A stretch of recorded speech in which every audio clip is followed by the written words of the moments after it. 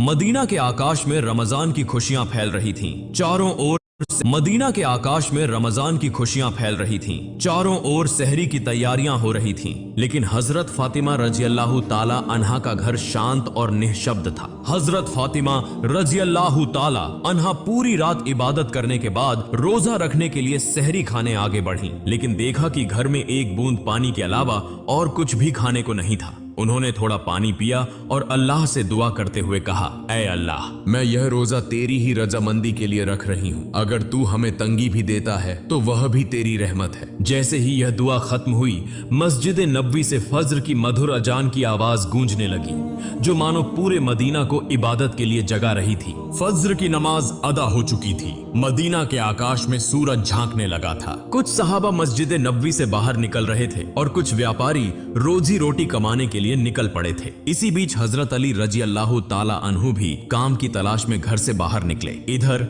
जैसे जैसे सुबह आगे बढ़ रही थी, वैसे वैसे भूख की तड़प भी बढ़ती जा रही थी। हजरत फातिमा रजी अल्लाह ताला अन्हा ने भी तो पानी के अलावा कुछ नहीं खाया था, फिर भी वे घर के कोने में बैठकर अल्लाह की इबादत कर रही थी। इसी समय छोटे हसन और हुसैन रजी अल्लाह ताला अन्हु धीरे धीरे अपनी माँ फातिमा के पास आए और मासूम आवाज में बोले, अम्मा जान, हमें बहुत भूख लगी है, हमें कुछ खाने को दो, अब तो भूख सहन नहीं हो रही। यह सुनकर हजरत फातिमा रजी अल्लाह ताला अन्हा की आंखों के कोनों में आंसू आ गए।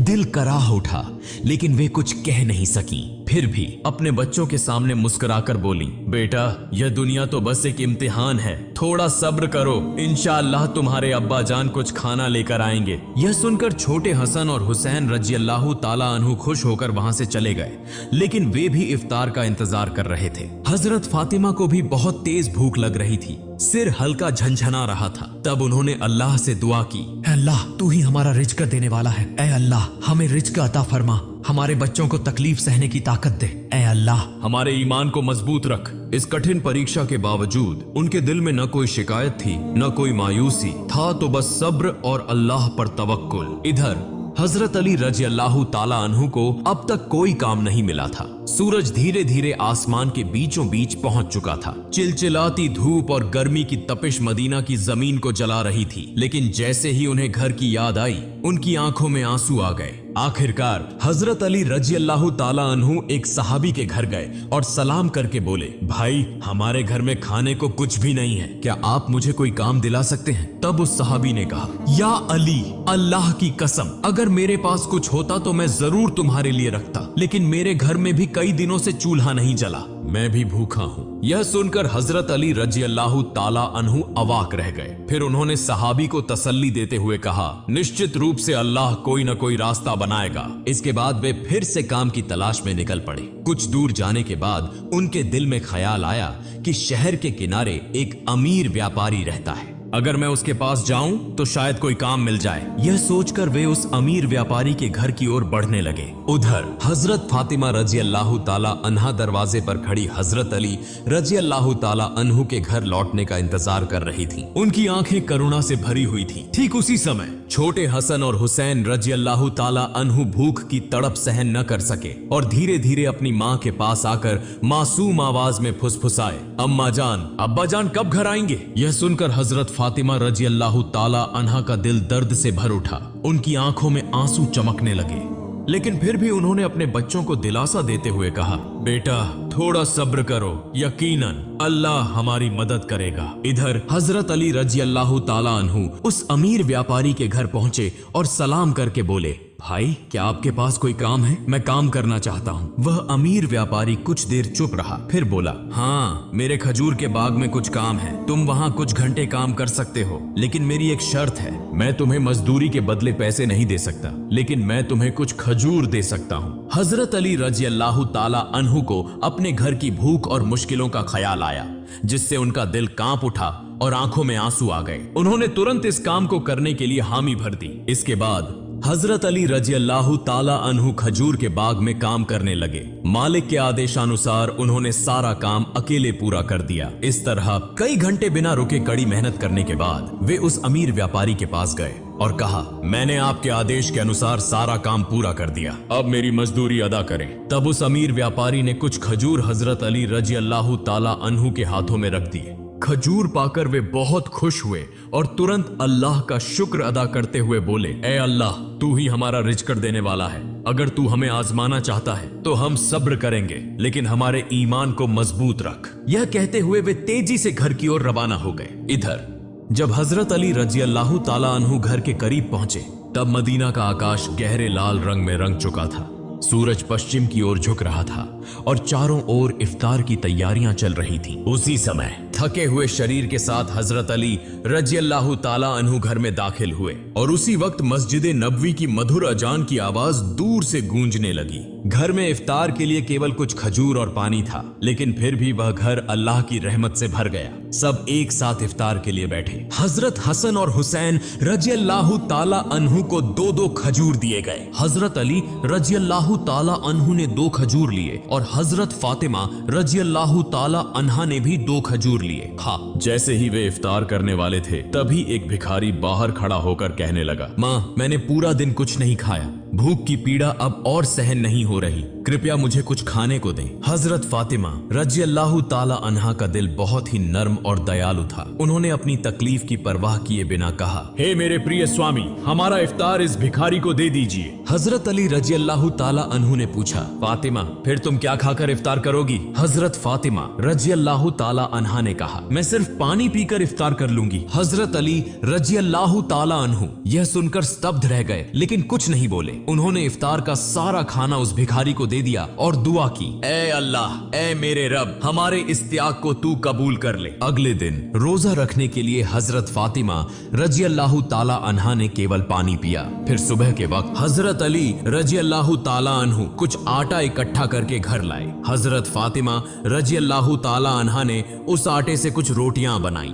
दिन बीत गया और इफ्तार का समय आ पहुंचा। हर तरफ इफ्तार की तैयारियां और खुशी का माहौल था, लेकिन हजरत फातिमा रजी अल्लाह ताला अन्हा का घर शांति और सादगी से भरा था। उन्होंने भी रोजा रखा था, लेकिन घर में सिर्फ कुछ रोटियां और पानी के अलावा कुछ भी नहीं था। फिर भी उस घर में धैर्य और संतोष का अनोखा नजारा देखने को मिला। छोटे हसन और हुसैन रजी अल्लाह ताला अन्हु और हजरत अली रजी अल्लाह ताला अन्हु घर वापस आए। सबने एक साथ इफ्तार करने के लिए बैठने की तैयारी की। हर किसी को सिर्फ 2-2 रोटियां दी गईं। जैसे ही वे खाने वाले थे, तभी बाहर से एक करुणामय आवाज आई, या अहलुल बैत, मैं 3 दिनों से भूखा हूँ। मैंने सुना है कि तुम अल्लाह की राह में दानशील हो। अगर तुम्हारे पास कुछ खाने को हो तो मुझे भी दो, मैं भूख की पीड़ा सहन नहीं कर पा रहा। हजरत फातिमा रजी अल्लाह ताला अन्हा बहुत ही उदार थी। उन्होंने हजरत अली रजी अल्लाह ताला अन्हु से कहा, हे मेरे प्रिय स्वामी, इन रोटियों को इस भूखे इंसान को दे दीजिए। हजरत अली रजी अल्लाह ताला अन्हु ने पूछा, फातिमा, फिर तुम क्या खाओगी? हजरत फातिमा रजी अल्लाह ताला अन्हा ने उत्तर दिया, अगर मुझे भूख लगती है तो वह भी तो भूख की तकलीफ में तड़प रहा है। हम इस दुनिया के सुख के लिए पैदा नहीं हुए। यह सुनकर हजरत अली रजी अल्लाह ताला अन्हु ने अपने हाथों से इफ्तार की सारी रोटियां उस भूखे इंसान को दे दी। हमारा तो केवल एक ही उद्देश्य है, अल्लाह की संतुष्टि प्राप्त करना। तब हजरत अली रजी अल्लाह ताला अन्हु ने देखा कि माँ फातिमा के हाथ में सिर्फ पानी के अलावा कुछ भी नहीं है। फिर उन्होंने वह रोटियां उस फकीर को दे दी और मन ही मन कहने लगे, हे फातिमा, क्या तुम जानती हो कि तुम कैसी परीक्षा दे रही हो? खुद भूखी रहकर दूसरों को खाना खिला रही हो। निश्चय ही अल्लाह तुम्हारे इस दान को कबूल करेगा। ठीक उसी समय अल्लाह रब्बुल आलमीन ने हजरत जिब्राइल अलैहिस्सलाम को हुक्म दिया, हे जिब्राइल, जाओ, मेरे प्रिय हबीब मोहम्मदुर रसूलुल्लाह की प्यारी बेटी फातिमा ने जिस तरह त्याग, धैर्य और कठिन परीक्षा दी है, वह अतुलनीय है। उन्होंने खुद भूखे रहकर दूसरों को खाना खिला दिया। अब उनके घर में कुछ भी खाने को नहीं है। तुम जन्नत से उनके लिए खाना लेकर जाओ। यह हुक्म मिलते ही हजरत जिब्राइल अलैहिस्सलाम जन्नत से सुगंधित रोटियां, खजूर और शहद लेकर इंसान के रूप में हजरत अली रजी अल्लाह ताला अन्हु के घर के दरवाजे पर हाजिर हुए। उस समय हजरत फातिमा रजी अल्लाह ताला अन्हा सिर्फ पानी पीकर अल्लाह की इबादत में मग्न थी। तभी घर के बाहर से एक आवाज आई, या अहलुल बैत। यह आवाज सुनकर हजरत अली चौंक गए। जब उन्होंने घर के बाहर निकलकर देखा तो वहां एक सुंदर पुरुष खड़ा था, जिसके हाथ में एक बर्तन था। हजरत अली ने पूछा, आप कौन हैं? उस व्यक्ति ने उत्तर दिया, मैं अल्लाह की ओर से भेजा गया एक दास हूँ। जिस तरह तुमने अपनी भूख सहकर दूसरों को खाना खिलाया, उसी तरह अल्लाह ने तुम्हारे लिए जन्नत का रिज़्क़ भेजा है। यह सुनते ही हजरत अली रजी अल्लाह ताला अन्हु का दिल कांप उठा, उनकी आंखों में आंसू भर आए। फिर हजरत जिब्राइल अलैहिस्सलाम व खाना देकर वहां से विदा हो गए। हजरत अली रजी अल्लाह ताला अन्हु व खाना लेकर घर में दाखिल हुए और कहने लगे, हे फातिमा, देखो देखो हमारा रब कितना महान है, हमारे लिए जन्नत से रिज़्क़ भेजा है। यह सुनकर हजरत फातिमा रजी अल्लाह ताला अन्हा धीरे धीरे वहां आई और उस खाने को देखकर आश्चर्य में पड़ गईं। उनकी आंखें मखमली प्यार से उस बर्तन की ओर टिकी रहीं और वह मन ही मन कहने लगी, हे अल्लाह, तू कितना महान है। उन्हें समझ में आ गया कि यह कोई साधारण खाना नहीं है, बल्कि जन्नत का खाना है। इतनी सुगंधित रोटियां, खजूर और शहद, यह तो अल्लाह की रहमत का संकेत है। इसी बीच छोटे हजरत हसन और हुसैन रजी अल्लाह ताला अन्हु वहां आ गए और मासूमियत से बोले, अम्मा जान, यह खाना किसका है और यह कहां से आया? हजरत फातिमा रजी अल्लाह ताला अन्हा ने कहा, बेटा, यह खाना हमारा है, महान अल्लाह रब्बुल आलमीन ने हमारे लिए जन्नत से भेजा है। हजरत हसन और हुसैन रजी अल्लाह ताला अन्हु बोले, अम्मा जान, क्या यह सच है? उन्होंने जवाब दिया, बेटा, यह सच है, यह अल्लाह की रहमत है। यह कहते हुए हजरत फातिमा रजी अल्लाह ताला अन्हा की आंखों में आंसू छलक आए। फिर सबने अल्लाह का शुक्र अदा किया। जैसे ही उन्होंने उस खाने का एक निवाला मुंह में डाला, उनकी आंखों से अश्रुधारा बहने लगी। यह खाना अल्लाह की मोहब्बत का सबूत था। फिर अगले दिन सुबह से ही पूरा मदीना इस खबर से गूंज उठा कि हजरत फातिमा रजी अल्लाह ताला अन्हा के घर में अल्लाह की ओर से जन्नत से खाना आया है। यहां तक कि स्वयं रसूलुल्लाह सल्लल्लाहु अलैहि वसल्लम को भी यह खबर मिल गई। इस बात को सुनकर बहुत से लोग हैरान हुए, कुछ लोग बहुत खुश हुए और कई लोगों का ईमान और भी मजबूत हो गया। लेकिन दूसरी तरफ जो मुनाफिक, दिखावे के मुसलमान और संदेह करने वाले लोग थे, वे इस बात को किसी भी तरह स्वीकार नहीं कर पा रहे थे। उनमें से एक व्यक्ति कुछ लोगों के पास गया और कहने लगा, क्या तुम सच में यह मानते हो कि जन्नत से खाना आ सकता है? तब उन लोगों ने जवाब दिया, अगर अल्लाह चाहे तो वह सब कुछ कर सकता है। लेकिन उस मुनाफिक ने फिर सवाल उठाया, लेकिन सिर्फ फातिमा के लिए ही क्यों जन्नत से खाना आया?